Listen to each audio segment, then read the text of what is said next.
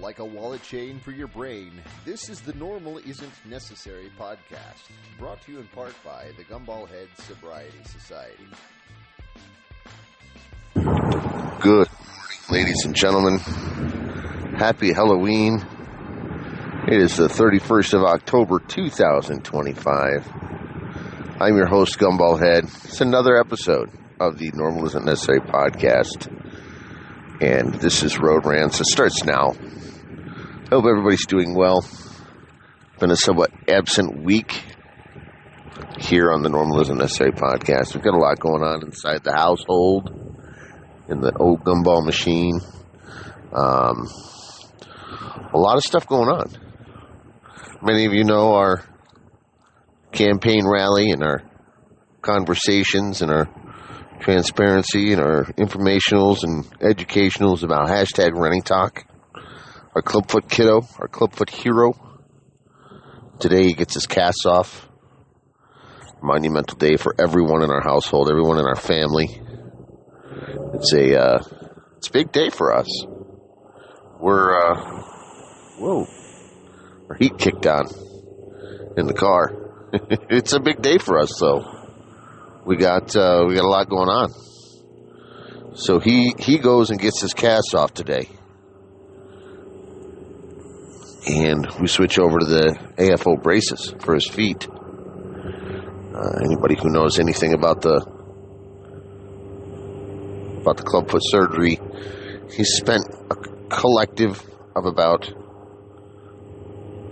2.5 years of his 5 years of life in casts in one form or another, trying to correct his feet.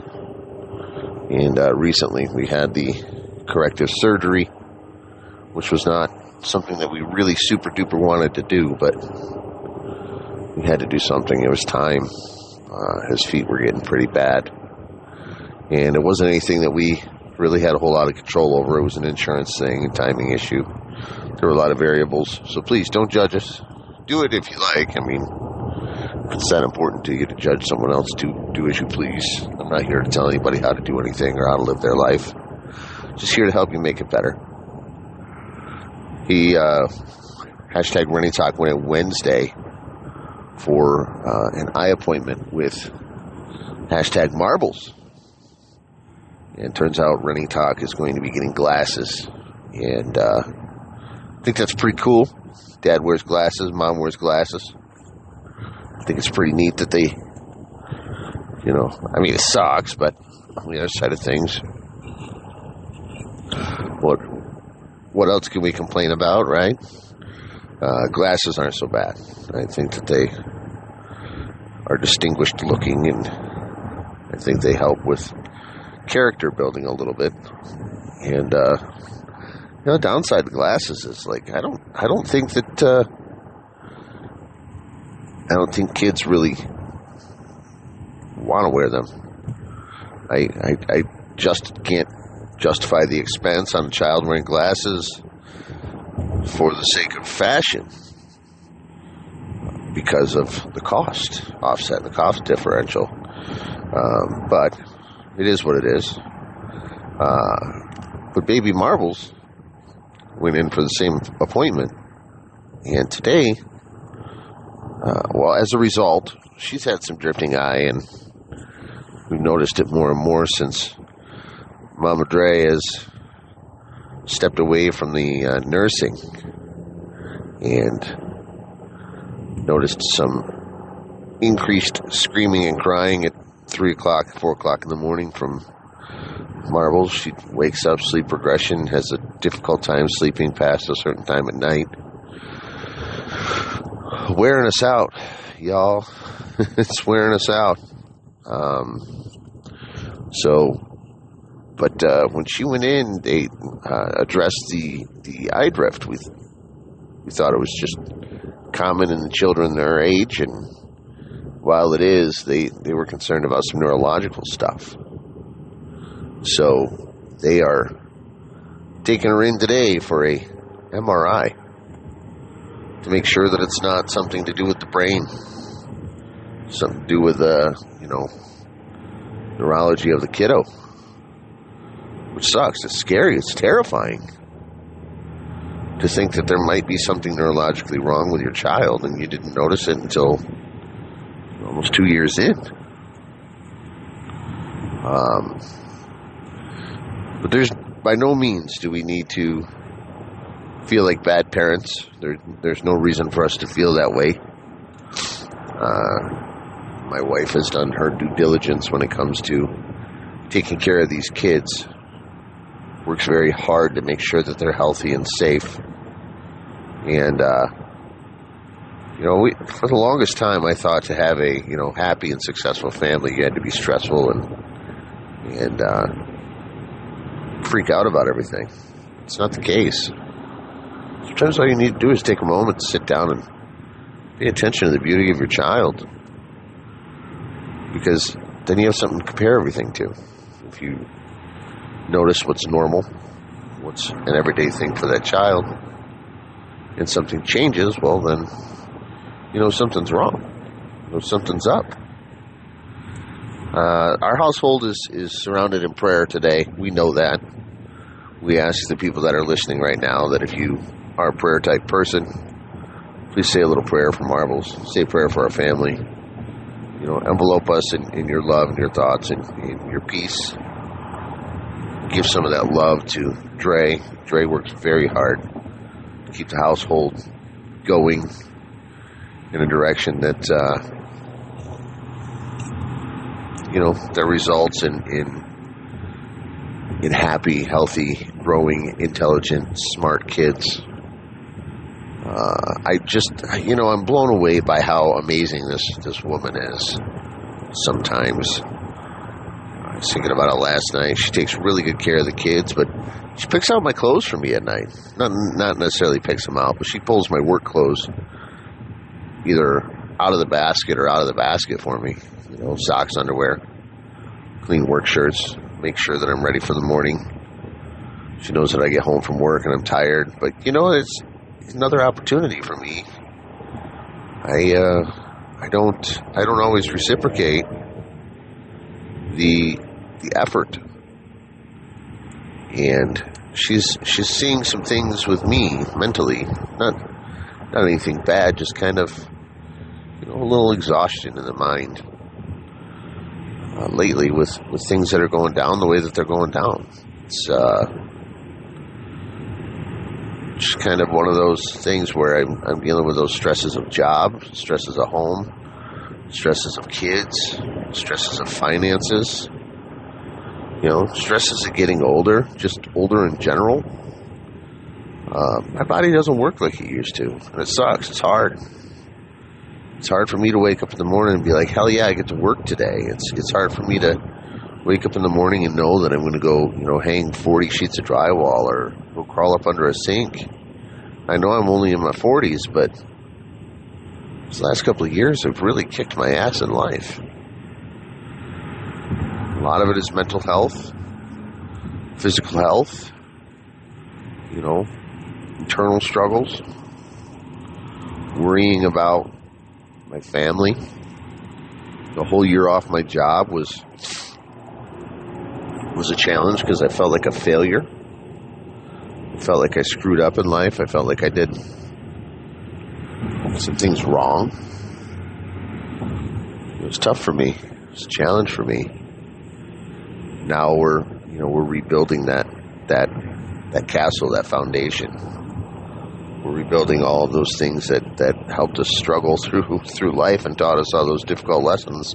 And now we're at the point where we can rebuild together as a family. This woman has, done more for me than I realize. All the women in my life have done more for me than I realize. Last night, Dre and I danced in the living room with the baby and spent some time together, just kind of standing there swaying back and forth, wondering what's going on, just kind of a silent moment of silence, if you will. And it was a beautiful thing. Just kind of one of those moments in life that we take for granted on occasion, and when we don't take that time for ourselves or time to appreciate what we have, we start to fall to the wayside, when we start to fall into that mental lapse, start falling into those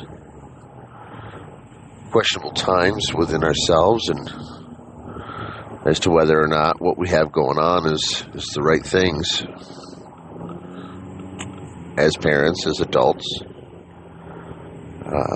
But once we realize that, these are the things that we do have, these are the things that we do appreciate, these are the things that we do want to make sure that we care about, that we love, that we cherish, that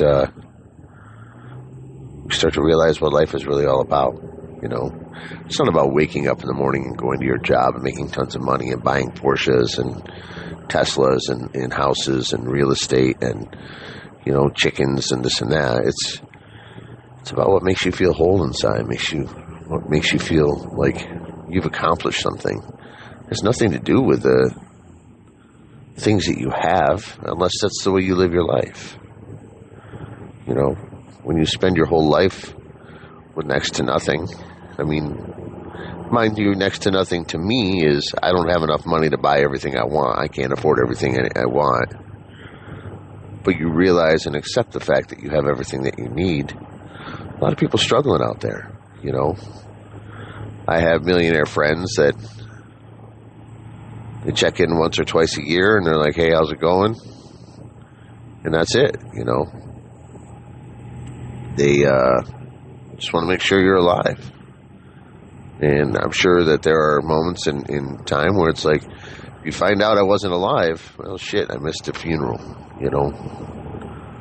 That's the extent of things. I think that friendships dissipate over time when people grow up, when people grow older, when people grow out of their phases in life and grow away from their friendships because they live their own life. I think friends are just there to kind of set that foundation for long-term success mentally and physically within people. And, you may be extremely popular in high school, maybe extremely popular in college. Someday that's going to come to an end. Someday it's not going to be a thing anymore. And popularity into the workplace, popularity into the job, popularity into the community. Save that for the politicians and the business owners. It's a difficult struggle sometimes. But outside the household, there's really not a whole lot of give a shit from anybody. It's all in the mindset of the people that you set yourself up with, and it's all in the mindset of the community that you surround yourself with. I've surrounded myself with an amazing community of people. My entire community has changed in the last 5 to 7 years. My entire mindset has changed in the last 8 years. My entire everything has changed. I thank sobriety for that. I thank all my exes for that. I thank my current wife for that. I thank God for that. I thank God for a lot of these things. This is just a ramble. This is just a road rant. There are a lot of things that are missing from my life, too. My parents are both dead. Very little involvement with, my extended family outside of this world, with my sister, with my aunts and my uncles, and it's just a choice that I made. I never felt like I was part of the family, but I knew I was part of the family. But the entire hashtag Running Talk campaign, not a single one of my family members, with the exception of my sister, reached out. Not a single one of my family members, donated. Not a single one of my family members checked in on them. But when they see an update, they're like, oh, we hope everything's going well. No, you don't. You don't care. And that's okay. You get what you get when it comes to effort. We've gotten the invites to graduation parties. We've gotten the invites for birthday parties and such. But aside from that, if I don't show up, they don't give back. But it's kind of hard to continue to ask somebody to be there when there's no effort on the other side. It's ask. And then eventually, hopefully, they just stop asking. They go away. They disappear. They quit asking you for your money. They quit asking you for your gifts. That's what bothers me. There's too many people in this world that are doing that. I avoid a lot of our family get-togethers as a result of the fact that I can't afford gifts for other people. I can barely afford diapers and milk for my own family. And I can't afford any more time away from that family, but I look forward to spending time with my family. I look forward to spending time with getting together with, my family and my close people. And it's crazy to think that my family has primarily become my wife's family, not my own blood. It's just wild. My wife's family are the people that are praying right now. My wife's family are the people that are giving that effort right now. My wife's family are the ones that are showing up and helping, to take care of our children while we go to doctor's appointments and while we go and have casts removed and, these other things. It's crazy. And I am so thankful for those things. So thankful for our listeners. I'm so thankful for our supporters. I stepped away from TikTok even lately because I just put in a lot of effort and I don't get a whole lot of return. It has nothing to do with the supporters or the followers on TikTok. It has everything to do with the algorithm. It has everything to do with the social media algorithm. That my content isn't interesting to a majority of the people out there because I speak the truth. Because I speak reality. And when I do speak truth and reality on TikTok, for example, I'm censored. They pull me back. They restrain my content. They only distribute my content to the select few that they choose that they want to push it out to. And if that content doesn't get good return, then that content doesn't get good exposure. It's a money mill. That's all it is. Look at all the popular creators that went from, 6 million followers. They're down to 300,000. That's still extremely impressive. That's 1,000 times more than the followers that I have. It's a lot of people out there that don't follow me, and that's okay. The people that do follow me do check in on me. The people that do follow me do wonder how things are going. They do wonder how everyone's doing. Because they ask. Because they care. Be that person in someone's life. Reach out to them. You don't have to be compassionate, empathetic, or, any of those things. Just reach out to them. See how they're doing. Check on your friends. Check on your family. See how everything's going. Share the love. Share some of that intellect. Share some of that love, that mental wealth with other people. Sharing is caring. Caring is sharing. Share that information that you receive from the podcasts that you listen to, or the TikToks that you watch, or the memes that you read, or the threads that you see. And I think years and years ago, the terminology, don't believe everything that you see on the internet, was just preparation, because they knew that information is huge. Information is imperative. But I think AI is starting to scare people, as it should, because we don't know what's real anymore. We don't know what the reality of things are anymore. You can tell they're glitchy things, but think about it, guys. Think about how many times you've watched a TikTok or you've watched a AI video and the voice sounds familiar. One of these days it could be you, so be careful about what you put out there. Until our paths cross, stay strong, stay focused, stay sober. Much love. We'll see you guys soon.